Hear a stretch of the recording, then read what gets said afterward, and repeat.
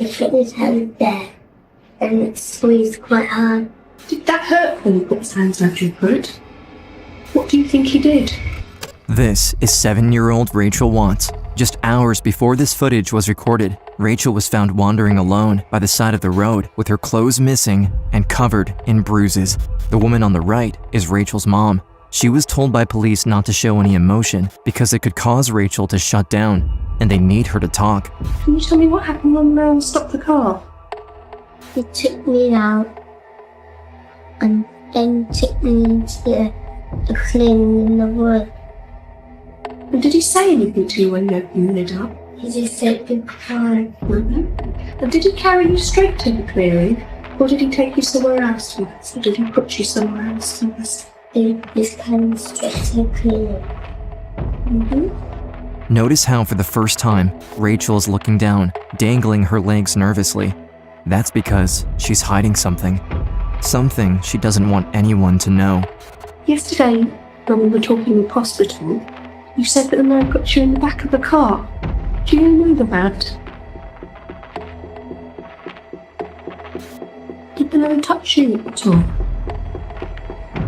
For the first time, Rachel's mom is hearing the details of what happened to her daughter, which makes keeping calm incredibly difficult. Rachel, however, is too terrified to talk, and what she says next is not the full story.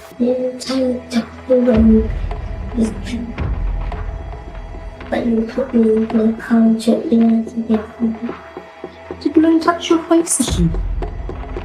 When we were in the back of the car, he put his hand around my mouth and then he put his hand around my neck. When you put his hand on your mouth, can you show me how you did that? Can you show me? I see, thank you. And then you said he put his hand round your throat. And I had to stop that so I couldn't say anything. Did that hurt when he put his hands round your throat? Can you show me or me how he did it? He put his hand there and it squeezed quite hard. Rachel is afraid that the man who tried to kill her will come back for her. The problem is, she will have to face him again. February 7th, 3 days after the attack, Rachel is standing behind a one-way mirror just a few feet away from a line of suspects. And I'm going to ask you in a moment whether the person whom you saw on that day is here. But Rachel has no idea that someone in this lineup has already killed 2 other girls, and if she can't point him out, he will strike again. The year is 1990. In a suburb of Brighton called Whitehawk on the southern coast of England, 7-year-old Rachel is living a happy life with her loving parents, Jenny and Peter. On that particular day, Rachel is out roller skating while her dad is working in the front garden. She asks him for money to go buy a chocolate bar at the local candy store. It's around 4 p.m. when Rachel rolls away in her white roller skates. Just a little over an hour later, Rachel's parents are beginning to worry that she hasn't come home yet, when suddenly there's a knock at the door. It's the police. Rachel is in the hospital. Before we continue, a quick thank you to today's sponsor, Incogni. Support from partners like Incogni helps us bring you more of the stories featured here on Unseen. A lot of the videos on this channel reveal just how dangerous the internet can be, with cyberbullying, cyberstalking, but also harassment, and even kidnapping. On top of that, data brokers are always on the lookout for your personal information. Their full-time job is to dig into your private life and sell whatever they find to sites, including scammers. That's where Incogni comes in, a subscription service who protects you and your privacy. Once you sign up, they will contact over 230 data brokers to remove your data and keep it off the market for good. With 24/7 support and monthly progress updates. With their unlimited plans, they even offer an extra level of protection where you can make custom removal requests on whichever site you direct them to. Try Incogni risk-free for 30 days, and with the code UNSEEN, you'll even get 60% off an annual plan. Head to incogni.com/unseen to protect yourself and your loved ones today. Thanks again to Incogni for sponsoring. And now, back to the case of Rachel Watts. She was found by a couple on Devil's Dyke Road, over 7 miles from her home. I saw her come out from behind this bush. She was completely naked, kind of hands like this and crying. Her hair was all disheveled. There was blood in delicate places that I couldn't care to mention. I jumped out of the car and ran towards her, and she said to me, "Are you going to kidnap me?" And I said to her, "No, we're here to help you. You're going to be okay." It's clear to the couple what happened to her, and they're horrified. They rush Rachel over to the closest house and call the police. When the police officer came, she just said, "Am I Mum?" I said, "Yes." That was when she said Rachel was in the hospital. Sorry, it's still raw now, even after all these years. Rachel's mother, Jenny, rushes over to the hospital in Brighton, where she's met by police officer Deborah Wood. Before she's allowed to go see her daughter, Jenny is asked to do the impossible. She's told she cannot show her daughter she's upset, or it may cause her to shut down. And for now, police still need to interrogate her. Debbie said, try and be strong. Try not to show any emotions. She was sitting in bed with a colouring book.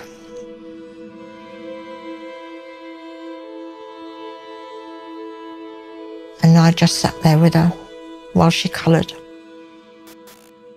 And I'm going to ask you in a moment whether the person whom you saw on that day is here. 3 days later, Rachel is asked to identify her attacker. Police have arranged a lineup consisting of 1 suspect and 9 lookalikes. One of them is a man named Russell Bishop, someone police have accused of murder before. But in 1987, after being acquitted of all charges against him, Russell Bishop walked free. It all starts on October 9th, 1986, the day Karen Hadaway and Nicola Fellows go missing. What time were they last seen? At about 5:30. It's not like her to go too far away unless she's going usually to a friend's house. And who am I speaking to now, Mrs. Hadaway. Who's the other mother, Mrs. Mrs. Fellows. Right, and they're 2 9-year-old girls? 2 9-year-olds. Over 150 police officers and neighbors of the families have been searching the large wooded area near the girls' homes. But after nearly 24 hours with no sign of them, people are beginning to lose hope they'll be found alive. The story gains national attention, and Karen and Nicola's parents go on television to ask the public for help. Had she ever run away from home before? Well, she hadn't. So you don't think that they just run away for fun? No, they're either up to something mischief, but what I can't think. She's just gone. And Nikki, they're both. The only way they've gone is if someone's picked them up. Come home, darling, please. Daddy's not going to tell you off. Just come home, please, now. It's 4 p.m., October 10th. Police officer Paul Smith is walking towards Wild Park, just a few streets down from where the 2 girls live, when he has the strangest encounter. I was doing house-to-house inquiries, and as a result of a radio message, I went across to the other side of the road, which is Wild Park. This voice behind sort of shouted, "Oi, what are you doing?" The voice is that of Russell Bishop. Russell lives in Molescombe and is close to the families of the 2 girls. He's part of the search efforts and has been walking around with his dog. And he said to me, "We've been tracking all day, but it's getting late now and we're going to give up." So I said to him, no, we've got to keep looking. And he said, "Well, if I find them and they're dead, I'll get nicked, won't I?" And it was quite strange. I mean, why did he say that? What made him say that? Bishop is known by the police for his petty criminal history, car theft, shoplifting. Everyone around the estate considers him to be a bit of a joke, but his comment doesn't go unnoticed. As the men are walking back into Wild Park, they hear 2 boys screaming the words, "We found them! We found them!" Russell Bishop runs off toward the voice, faster than Officer Paul Smith can catch up. I said to Bishop, "Look, you keep them away from the girls and you keep away from the girls." I was right behind him, and I got there and stepped between him and the 2 girls. They were there as if they were sunbathing. Nicola Fellows was on her back with one knee up, and Karen Hadaway was laying on her stomach with her arm round as if she was asleep. They were arranged like that. I went across to them and I took their pulse, and sorry, it still gets me. I took the pulse and they were stone cold dead, like pieces of marble. One of the police officers come and told me that, yes, she's been found. And I said, oh, great, you know, and I said, has anything happened to her?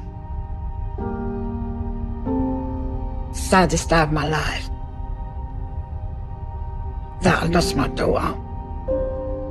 I was actually in the park and they were found. And when I see the tapes come out, I just knew that something bad.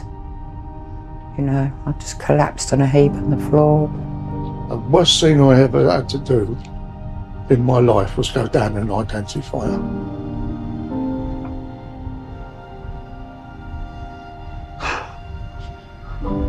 I had 50 pence, right? So that she pocketed me done. I had to walk away. The crime has a devastating effect on the community. Everyone is terrified for their own children. Detectives interview over 10,000 people in what will become the largest murder hunt in Sussex. One name keeps coming up. Russell Bishop was always a person of interest. Everybody was saying, why is he doing this? Why has he done that? Bishop is known to both families, so the girls knew him very well, which means it wouldn't have been hard for Bishop to convince them to follow him into the woods. There were multiple sightings of Russell Bishop in and around the area at the time the girls went missing. What's more, one witness says they saw Bishop wearing a blue sweatshirt that night. The description matches that of a blue sweatshirt, which was found discarded on a trail close to where the bodies were found.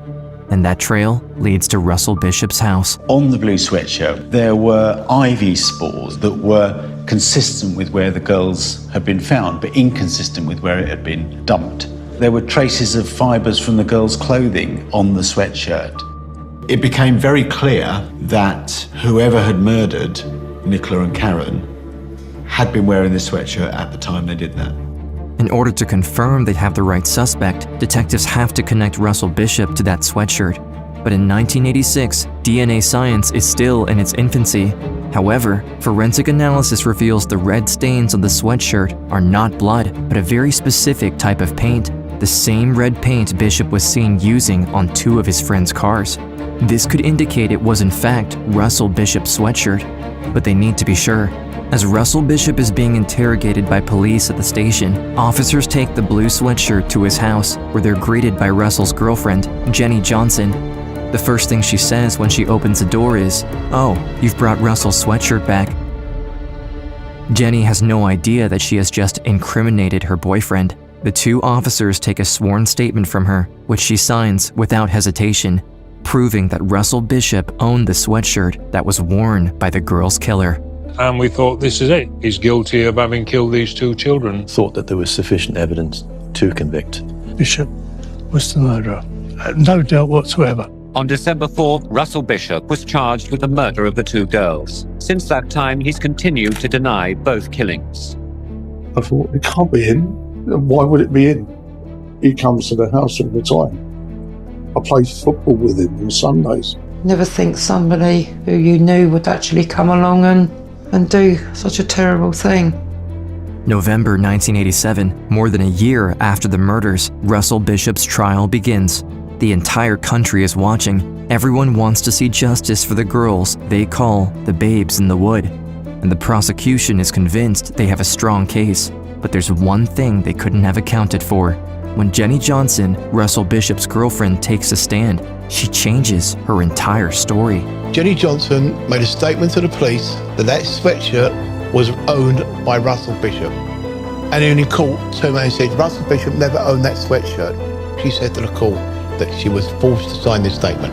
The police forced her to sign it. The prosecution knows Jenny Johnson is lying under oath to protect her boyfriend, but they have no way of proving it. Because the blue sweatshirt can no longer be linked to Bishop, the defense argues that almost anyone could have killed the 2 girls. The case falls apart. After 4 weeks of trial, the jury is asked to deliberate. The man who had been accused of murdering 2 schoolgirls from Brighton has been found not guilty. Not guilty, lads! Yay!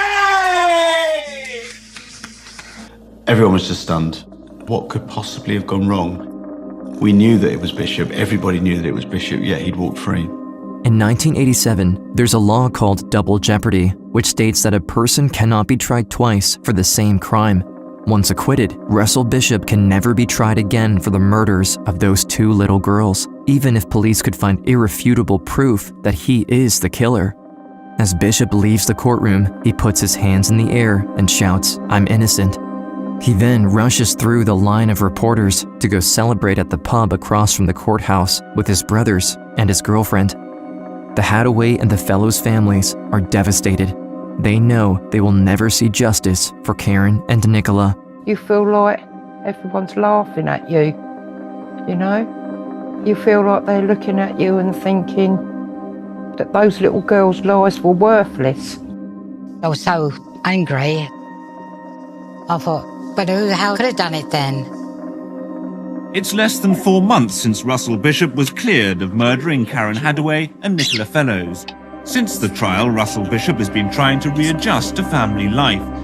As months pass, a wrongfully accused Russell Bishop takes the spotlight while the country forgets about the real victims.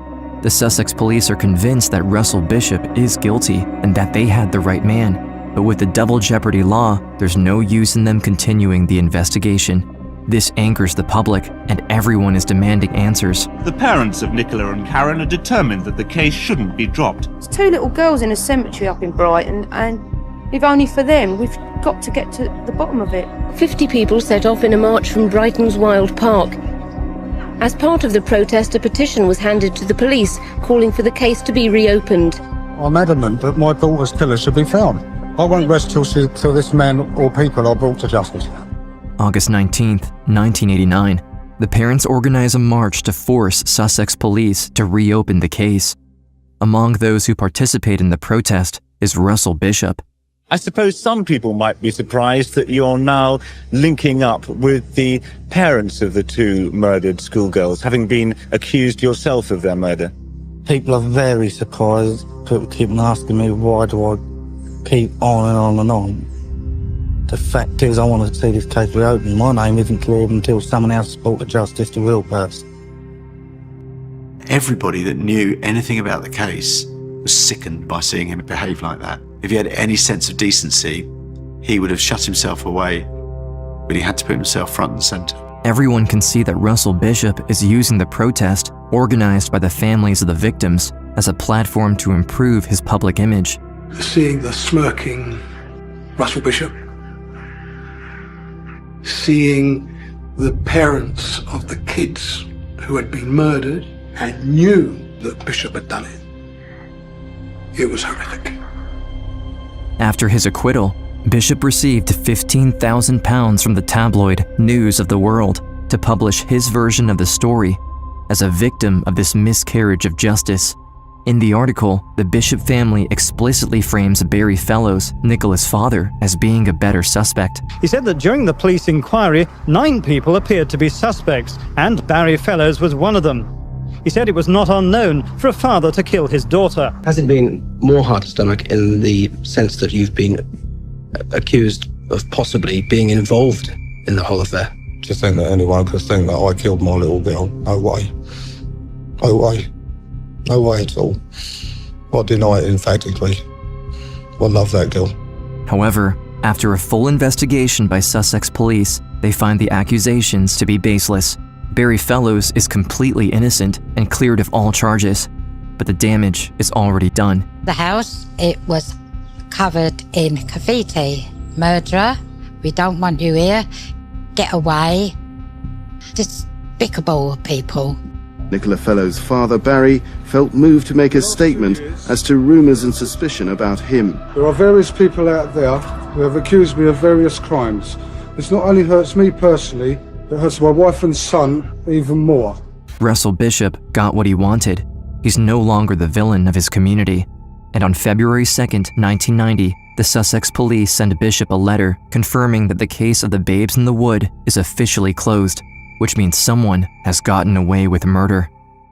February 4th, 1990, 2 days after Bishop receives that letter, is the day 7-year-old Rachel is kidnapped. We're just going to talk about what we talked about yesterday at the hospital, okay? everyone. Yeah. At around 4 p.m., Rachel is out roller skating while her dad is working in the garden. It was really sunny. It was really warm. My dad gave me £1 to go to the local sweet shop, but because we'd been living there not very long, I got lost. What did you want to buy? Food to the van, Trickster and Monster. Did Daddy say anything to you? What's he say? Be careful. I saw a man and he was fixing his car, and my dad's a mechanic. So, because he was a mechanic just like my dad, I asked him for directions. Rachel has no time to react. Without a word, the man snatches her off the street and throws her in the trunk of his car. Then the car speeds off. Rachel is terrified, but her mind remains sharp. She looks around the trunk, illuminated by the brake lights, and finds a can of WD-40 and a hammer. She starts hammering on the lid of the trunk as loud as she can, screaming at the top of her lungs. I screamed that I would give him money because I had the £1 that my dad gave me. And his only response was, "Shut up or I'll kill you." She then starts to untie her roller skates and takes them off because she knows that without them, she stands a better chance of running away once the man opens the trunk. Can you tell me what happened when the man stopped the car? He took me out and then took me into the clearing in the wood. And did he carry you straight to the clearing? Or did he take you somewhere else first? Or did he put you somewhere else first? He just came straight to the clearing.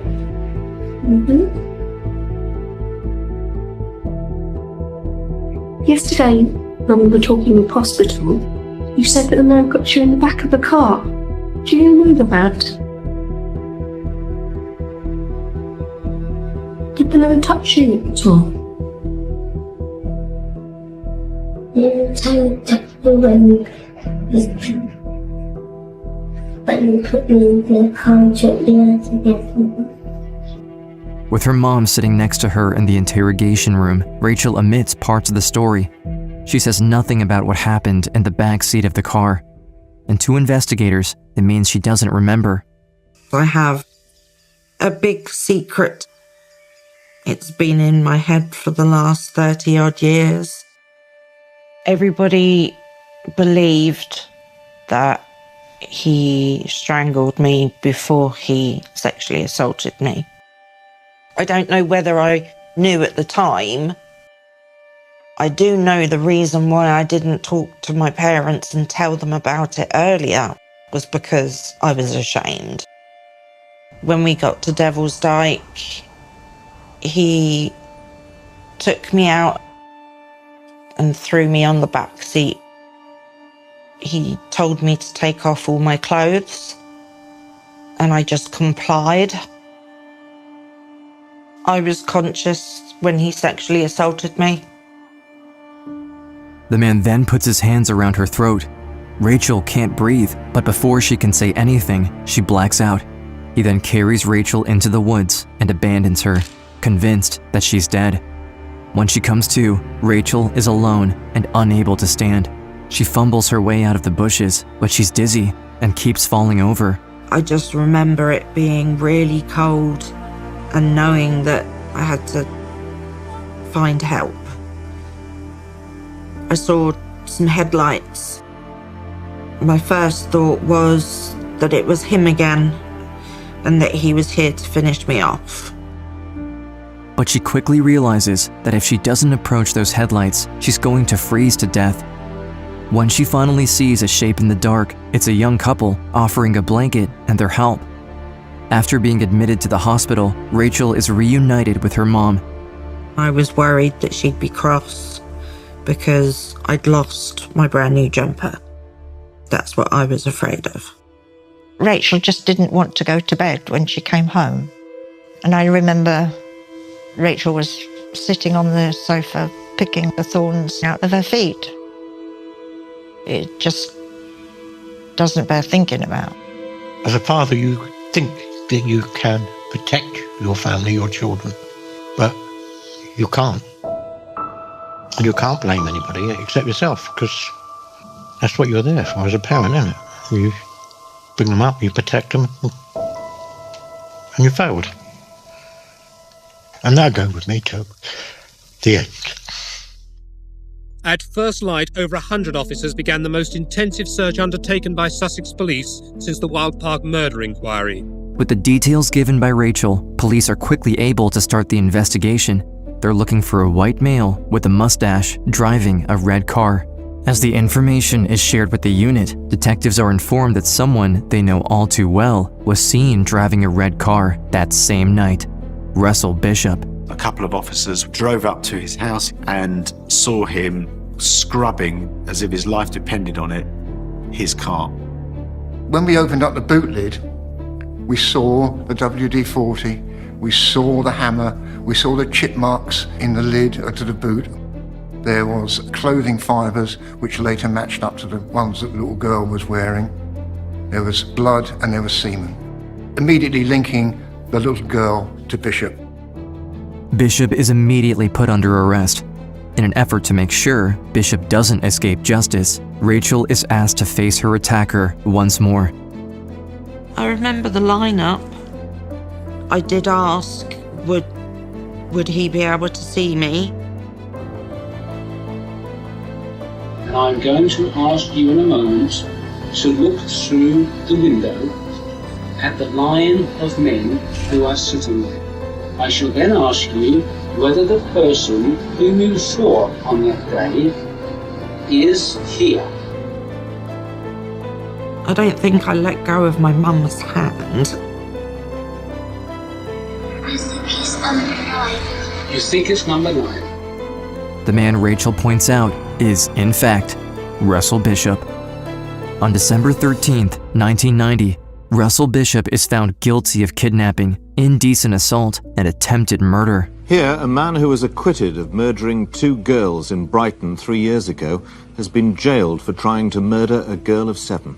The judge sentenced Bishop to life imprisonment for attempted murder, 10 years imprisonment for kidnapping, and 10 years imprisonment for sexual assault. And while everyone is relieved that he finally got what he deserved, there is no celebration in the courtroom, no cheers.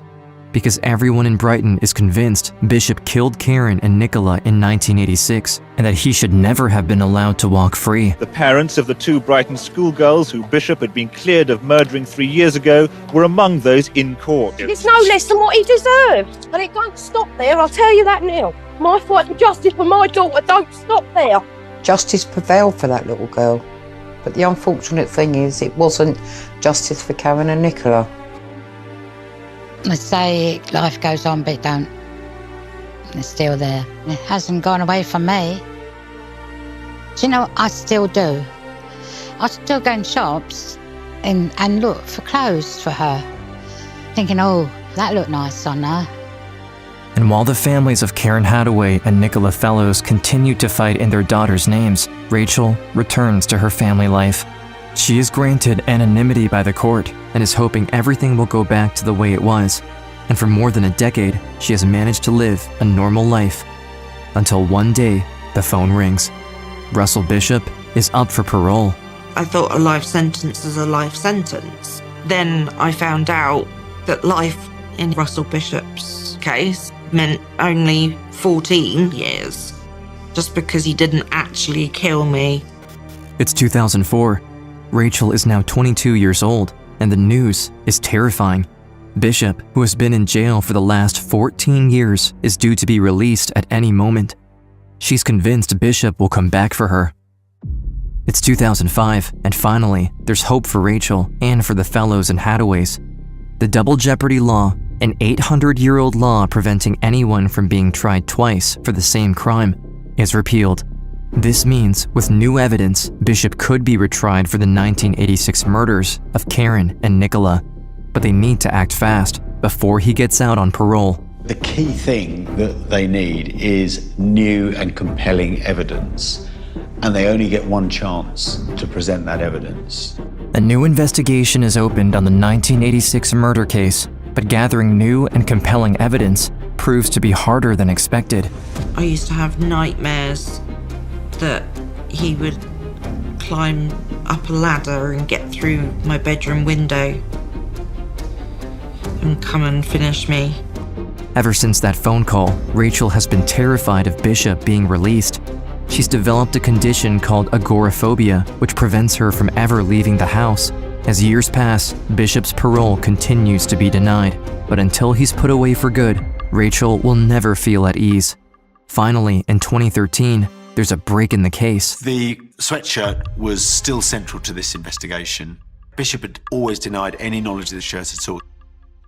And Roy Green decided that he would test the inside of a tear on the cuff of the sweatshirt.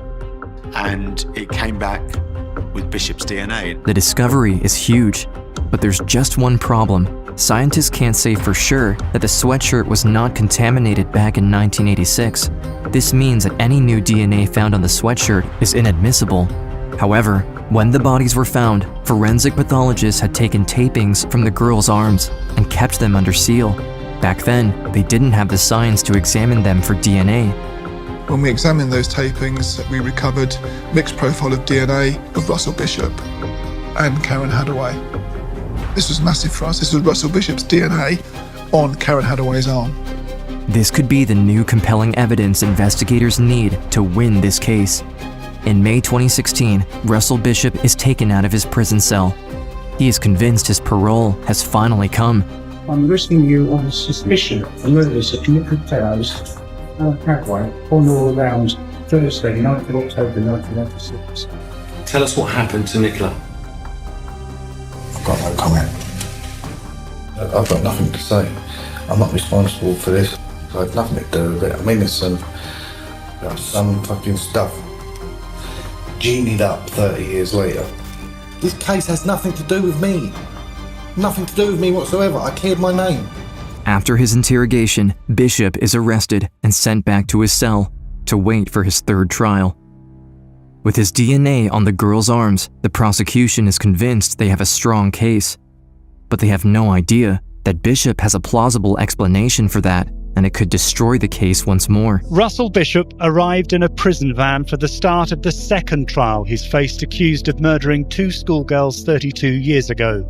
Their families were in court for the start of the trial. It's been a long time coming, but I am smiling.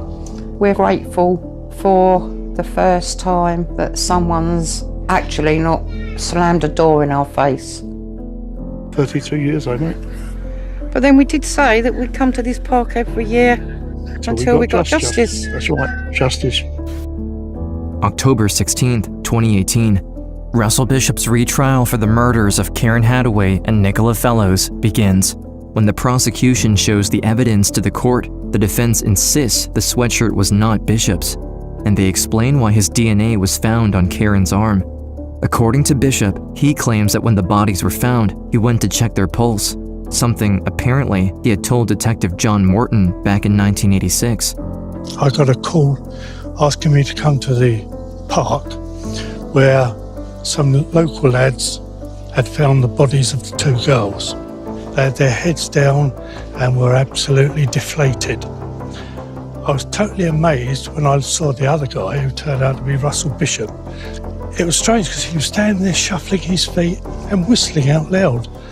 So I asked him what happened, and he said to me, I jumped over the tree and went to the girls, and I felt both of their necks for a pulse. And I thought, well, that's really strange, because from what the other 2 had said, I knew Russell Bishop had not gone to within 15 feet of those girls on that afternoon.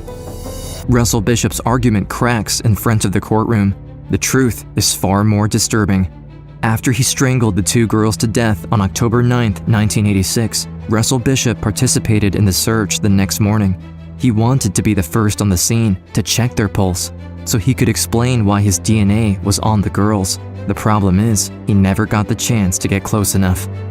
Bishop is furious. He knows he's about to lose. This is when the prosecution reveals one last bit of evidence against Bishop.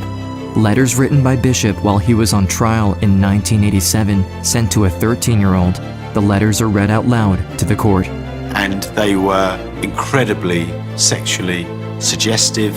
And clearly he didn't want those letters to be read out of court. And he started shouting from the dock that he wanted a retrial, but in fact those letters were read out. On December 10th at 12:30 p.m., the jury is sent out to deliberate. In less than 2 hours, they come back with a verdict. A convicted paedophile has been found guilty of murdering 2 schoolgirls found strangled and sexually assaulted near Brighton 32 years ago. Russell Bishop is finally convicted for the murders he committed in 1986, and for which he escapes justice for 32 years. He is sentenced to an additional 36 years. This is a moment to remember the 2 girls. We should also acknowledge the courage, persistence and dignity of Karen and Nicola's families. I sincerely hope the families can now find some peace and move forward to the next chapter in their lives. I said that I'd never stop fighting for justice. And now them little girls can rest in peace. I used to go into the bedroom where her stuff was in the chest. When I opened the chest and all her stuff was there and I can just smell her. When the court case finished and we got the verdict, I said, well, now she can go to her angel bed and go to sleep. She hasn't got to worry about anything now. And I know she's around. You can't see her and you can't feel her, but she's there in spirit. If I could have a wish come true, a dream that'd come to pass, I'd ask to spend a day with you and pray that it would last. I'd run to you and hold you close. We'd laugh and smile again. We would talk about the old times and see how we've both been. My wish go ungranted, but it always will be true. I trade many of my tomorrows for one yesterday with you. Since the trial, Rachel has been on a journey to get back control of her life. She has built a beautiful family with her loving husband. The reason I fell in love with Jay, he made me realise what it was to actually be loved, and he made sure that I felt it. I had my first daughter when I had just turned 22. She's turned out to be absolutely beautiful. All my children have. I'm very proud of each of them. I'm hoping by telling my story, I will be able to put myself back in the now. I don't want to stay a prisoner of my past. And I'm hoping that I can stop hiding.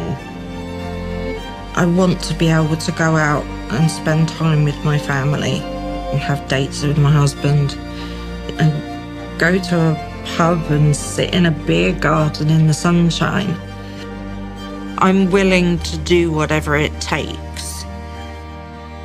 I'm still here, and I've still got a fighting chance.